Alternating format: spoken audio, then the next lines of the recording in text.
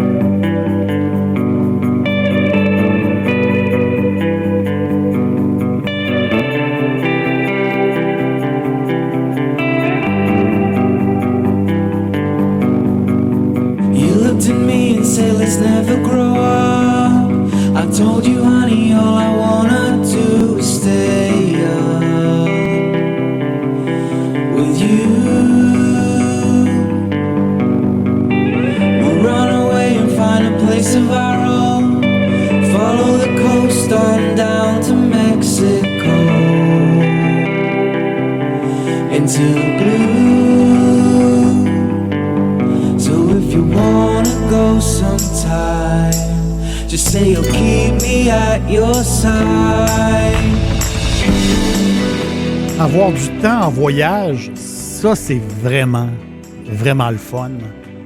C'est le fun. Il faut avoir du temps. Et là, on peut prendre des chemins connus, mais des fois, on peut prendre des chemins un peu au hasard ou des chemins moins connus, si je peux dire. J'ai le goût de faire un bout de chemin avec vous. On va se promener un peu. On va partir de Gibraltar. Gibraltar, le rocher britannique au sud de l'Espagne. Gibraltar, c'est une petite parcelle de terrain avec un grand rocher qui appartient à l'Angleterre. C'est la porte d'entrée de la Méditerranée.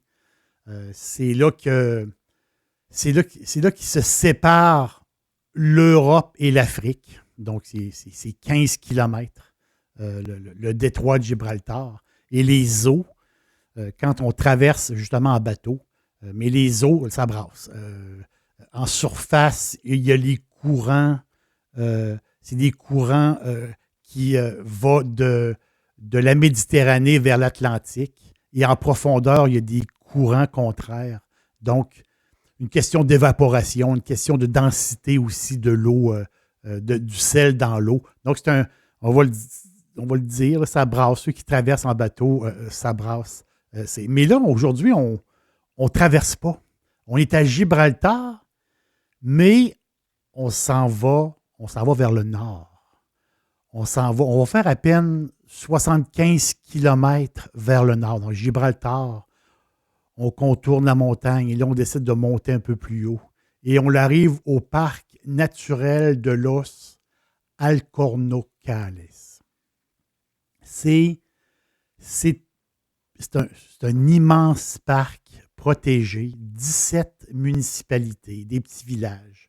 C'est des dizaines et des dizaines de sentiers. C'est une place magnifique. C'est un territoire c'est un territoire fabuleux, vraiment incroyable. Et c'est dominé, cet endroit-là, ce parc-là qui est protégé. Puis il y a des petits villages autour. C'est là qu'il y a les fameux arbres, les chênes lièges. Les arbres qui donnent le liège. L'Alcornocales. Ça, c'est le fameux chêne liège. C'est un arbre typique du bassin de la Méditerranée. Donc, on le retrouve, oui, en Espagne, on le retrouve au Maroc, au Portugal, un peu dans le sud de la France, l'Italie, et les grandes îles aussi, la Corse, la Sicile et la Sardaigne. C'est un arbre qui est tout à fait magnifique. Un chêne, c'est toujours très beau. Et c'est un arbre particulier parce que, justement, c'est l'arbre qui donne qui donne le liège. Donc, avec une hache, et ça prend vraiment une habileté formidable. Les travailleurs enlèvent l'écorce de cet arbre-là avec quand même une bonne épaisseur. Et il faut que l'arbre ait 25 ans. Donc, aussitôt que l'arbre a 25 ans, il devient assez mature. Il peut commencer à se faire enlever son écorce. Et quand l'écorce est enlevée, bien, ça va prendre 7, 8, 9, jusqu'à 10 ans pour se régénérer. Donc, c'est tout à fait, c'est vraiment très particulier. Et là, pour la deuxième coupe, si je peux dire, bien là, ça vient plus tard. Donc, et après ça, il y a une troisième coupe. Et là, l'arbre a vieilli. Il a refait sa peau, si je peux dire. Il a refait son écorce. Et c'est à la troisième coupe que la qualité du liège est optimale. Et c'est la qualité qu'on se sert pour les bouchons, pour les bouteilles de vin. Ça prend la troisième coupe. Ça prend des années et des années. L'arbre va vieillir. Donc, le liège qui vient des deux premières coupes, il n'est pas jeté du tout. C'est un liège qui va servir à une multitude d'applications comme des isolants acoustiques ou des produits de construction. Donc, c'est un liège qui va être utilisé ailleurs. Beaucoup de produits décoratifs aussi. Mais ça prend vraiment cette troisième coupe. Donc, ça prend au moins... l'arbre a 25 ans. Ça prend au moins presque 20 ans de plus, 30 ans de plus pour avoir un liège justement d'une qualité tout à fait formidable pour les bouteilles de vin. Imaginez la beauté d'une forêt de chêne liège. Ça n'a pas de sens. Et ce superbe parc-là qui est protégé, juste là, au nord de Gibraltar, sur les 15 km, au nord de Gibraltar, à peine. Donc, il y a une faune diversifiée, les sangliers, les cerfs, les chats sauvages, les aigles, les vautours. Donc, c'est un endroit tout à fait unique. Et ceux qui aiment beaucoup la marche, ceux qui aiment beaucoup, ils vont être ravis, là. Vous allez adorer. Quand on parle de bouchons de liège, justement, on parle de bouchons. Souvent, on va voir de plus en plus des bouchons synthétiques. On le voit. Ou les fameux twist cap aussi. Donc, le vin, les vignerons, les compagnies, tranquillement, pas vite, ont utilisé les twist cap, ont utilisé, on le voit de plus en plus depuis, mettons, une quinzaine, vingtaine d'années, et justement, les bouchons synthétiques. Mais quand même, le liège, encore aujourd'hui, a la cote. Donc, c'est à peu près 80% de l'embouteillement, c'est avec le liège naturel. Donc, c'est sûr que les vins de consommation rapide, de 1 an, 2 ans, 3 ans, des excellents vins, mais ce n'est pas des vins qui sont faits pour vieillir. Souvent, c'est des vins, donc on peut utiliser facilement le bouchon synthétique. Et le liège naturel, lui, en raison de sa composition, il permet l'entrée en très, très petite quantité, l'oxygène. C'est microscopique, si je peux dire. Donc, l'oxygène réussit à passer un petit peu. Et ça, c'est essentiel pour la maturation des grands vins de garde. Les grands vins de garde sont toujours en liège. Donc, le liège, le liège garde sa propriété, si je peux dire, le liège naturel, pour une trentaine d'années. Donc, c'est vraiment tout à fait incroyable. Le liège et le vin, bien, pour toujours, ça va être des amis, ils vont être amis, un et l'autre. Mon restaurant préféré de poulet frit, c'est Dixili à Charlebourg. C'est tout à fait extraordinaire. Maintenant, Dixili vous offre l'ultime Monsieur Burger. Un sandwich fantastique avec un gros morceau de poulet généreux et une sauce maison délectable. restodixili.ca. Et là, on continue notre route, on continue notre chemin. On prend l'autoroute 381. On s'en va en direction de Jerez de la Frontera. Jerez de la Frontera, on va faire quoi? Un 45 minutes à peu près qui passe très, très vite. Et là, on arrive à Jerez, qui est la capitale du sherry. Le fameux sherry, le vin sherry. Le sherry. Donc, c'est un... Et d'autres liqueurs aussi. Donc, Jerez, c'est un endroit... c'est une ville superbe, mais c'est un endroit particulier. C'est un sol. Le sol, c'est de la craie qui réfléchit la lumière du soleil. Donc, les raisins qui mûrissent dans le champ, bien vraiment, ils ont énormément de lumière, énormément de chaleur, énormément de soleil, justement, qui reflète sur le sol de craie. Et ça donne justement, avec certains cépages, ça donne un type de vin tout à fait unique au monde, les Jerez. Donc, les Jerez, ils ont 4 types de Jerez. Les Finos. Donc, les Finos, c'est des Jerez avec une robe pâle. Donc, c'est un vin sec avec des arômes qui est sur l'amande, qui est sur les herbes salées. Donc, quand on parle de Jerez, quand on voit Fino sur la bouteille, ben c'est un vin qui est pâle et plus sec.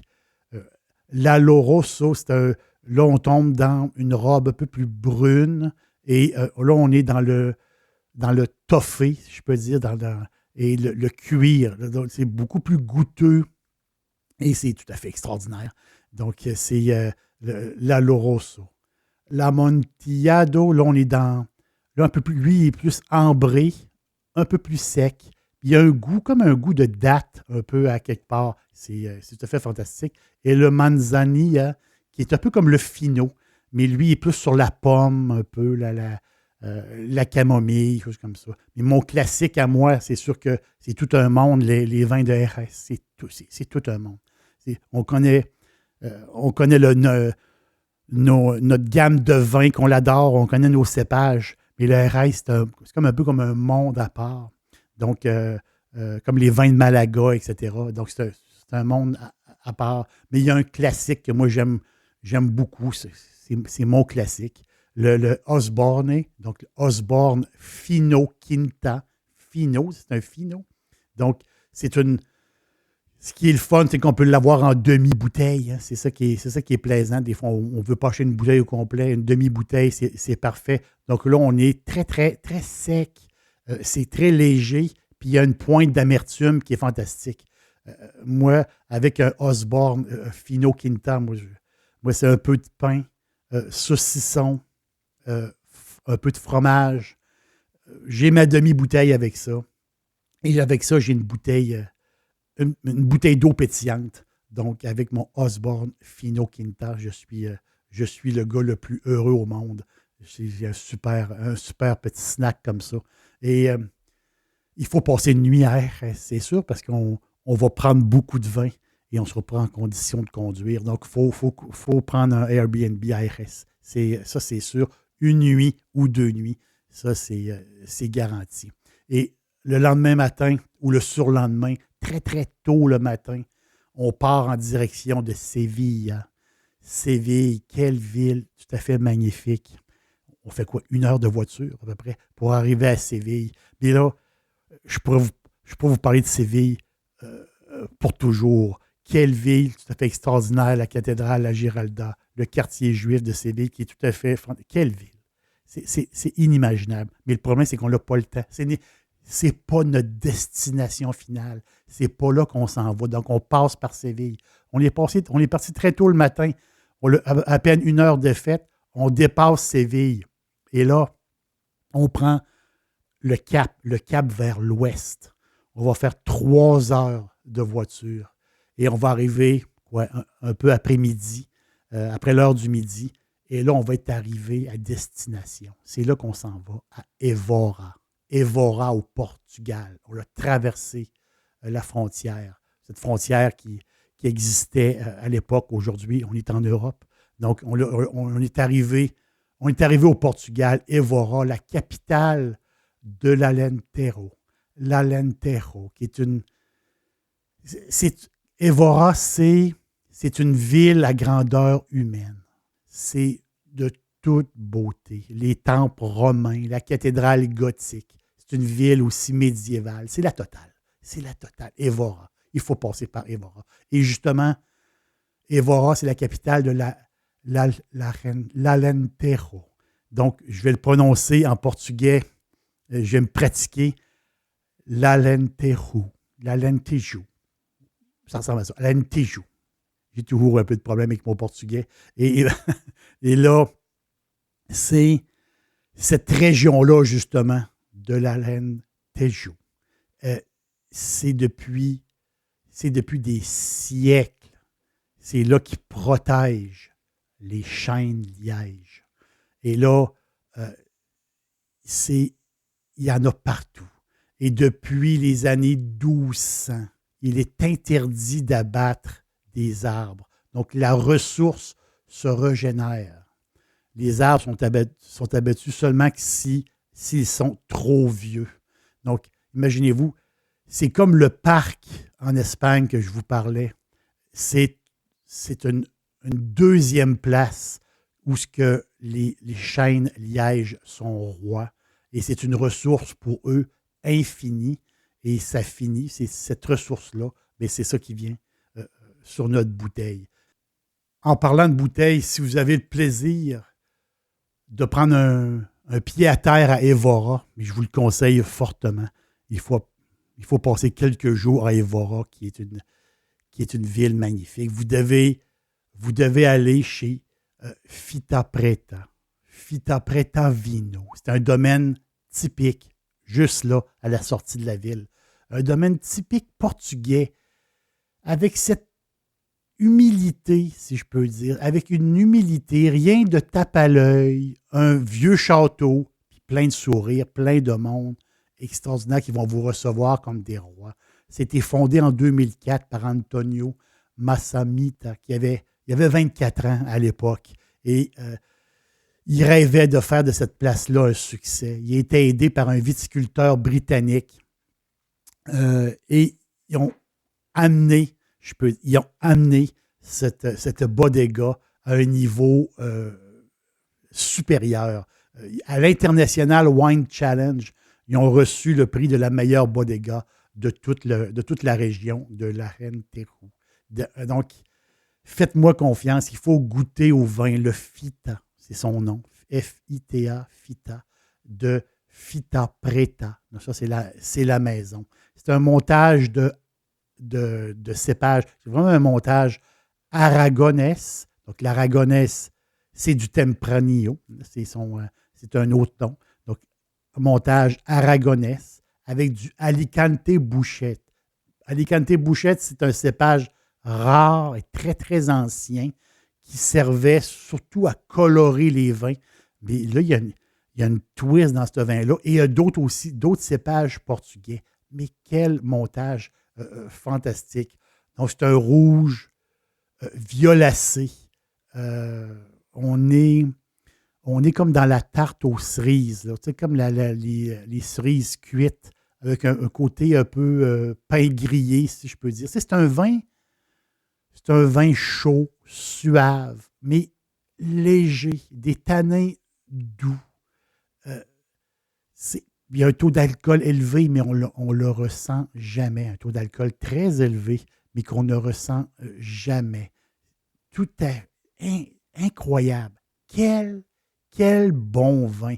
5000 caisses à peine, et il part toujours très, très vite. C'est un équilibre parfait. Le Fita, c'est un équilibre total. Moi, c'est un 10 sur 10. Un peu comme les maîtres, un peu comme les grands maîtres qui écorcent les arbres sans les briser. C'est une technique d'enlever les écorces sur l'arbre sans briser, sans blesser l'arbre. Donc, le Fita, pour moi, c'est un travail comme ça. C'est un travail qui est bien fait. C'est un vin extraordinaire.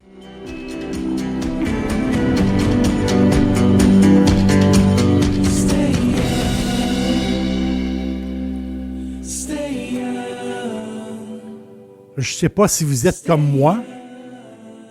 Moi, je suis pas capable de jeter mes bouchons de liège. Je les additionne dans un pot, je les garde. Je sais pas qu'est-ce que je vais faire avec ça un jour, mais je suis pas capable de les jeter. Je les garde, puis je verrai un jour quoi faire avec ça. Merci d'avoir fait la route avec moi. Faut pas oublier, on est parti de Gibraltar jusqu'à Évora, au Portugal. Et cette route-là, ce chemin-là, ce grand territoire-là, c'est le territoire des chênes de liège. C'est un paradis sur Terre.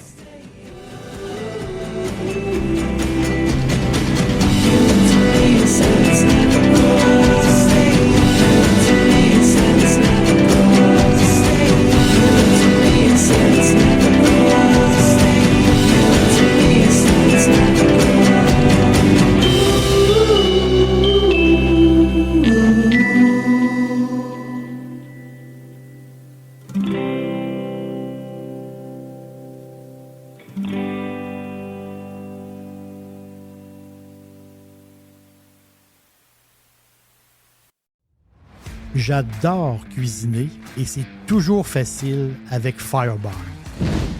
Les sauces barbecue, les épices, les condiments, comme la meilleure moutarde baseball.